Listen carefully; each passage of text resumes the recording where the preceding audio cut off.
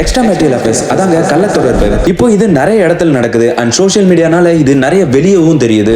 எங்க பார்த்தாலுமே அதுக்கான ஆட் தான் ரன் ஆகிட்டு இருக்குது. நம்ம சோஷியல் மீடியால யாருன்னே தெரியாதவங்க கூட பேச முடியும்.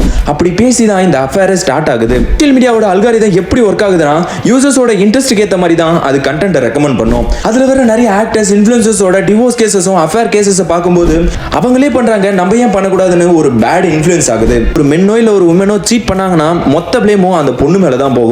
ஆம்பளனா அப்படிதாங்க இருப்பான், நீங்க தான் அதை அட்ஜஸ்ட் பண்ணிக்கணும். அந்த பொண்ணு மேல தப்பு இருக்கவே தான் அவன் இன்னொரு பொண்ணை தேடி போறான் அப்படின்னு மொத்த பிளேமையும் அந்த பொண்ணு மேலேயே சொல்றோம். தப்புங்கிறது யார் வேணா பண்ணலாம், இவங்க தான் கரெக்ட் இவங்க தான் தப்புன்னு நம்மளால சொல்ல முடியாது.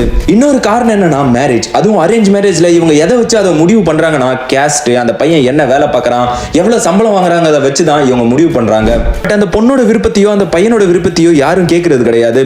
சோ இதனால இவங்க ரெண்டு பேருக்கு நடுவில் இருக்கிற புரிதல் ரொம்பவே கம்மியா தான் இருக்கும். கல்யாணம் ஆனதுக்கு அப்புறம் தான் அவங்கள பத்தி தெரிய வருது.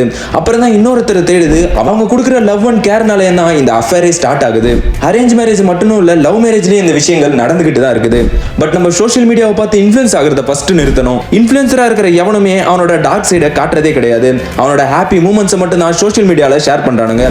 இதை பார்த்து நம்ம எல்லாருமே பேடா இன்ஃப்ளூயன்ஸ் ஆகிறோம். அவங்களோட வாழ்க்கையை இப்படிதான் இருக்கணும்னு நீங்களா டிசைட் பண்ணுங்க. யாரை பார்த்தும் இன்ஃப்ளூயன்ஸ் ஆகாதீங்க. நல்லதை பாராட்டுவோம், தவற விமர்சிப்போம். இந்த மாதிரி இன்ஃபர்மேஷன்ஸை தெரிஞ்சுக்க சேனலை மறக்காம சப்ஸ்கிரைப் பண்ணிக்கோங்க.